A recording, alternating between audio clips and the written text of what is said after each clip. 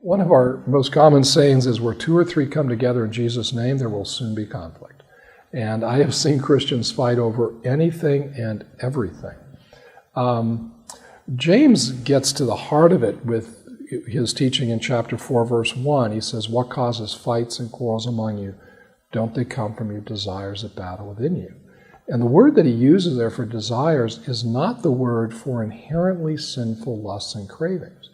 It's a neutral word. It's desires that could be legitimate desires or illegitimate desires. And most of the conflicts that I've dealt with as a mediator were legitimate desires, but they grew and grew until they began to control people. So they were legitimate desires to begin with, but they basically became idols. They became so strong, so they were things people just had to have, and they started judging people who were somehow blocking them, and they began to punish them.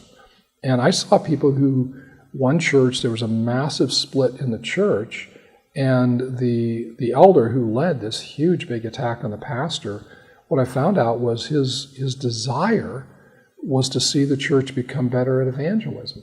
So, I mean, certainly a legitimate initial desire, but he was so determined to see the church go in evangelism, and he began to believe the pastor was not doing it, that he began to deliberately undermine the pastor to try to force him out. So he was now gossiping and slandering and backbiting the pastor because he thought if he got rid of him, they could bring in a new pastor who was a better evangelist.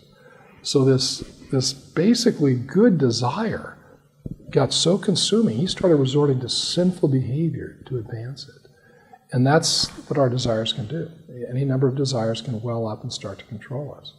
And so most of the conflict I deal with in the church are people who've allowed good desires to be gods, to control them.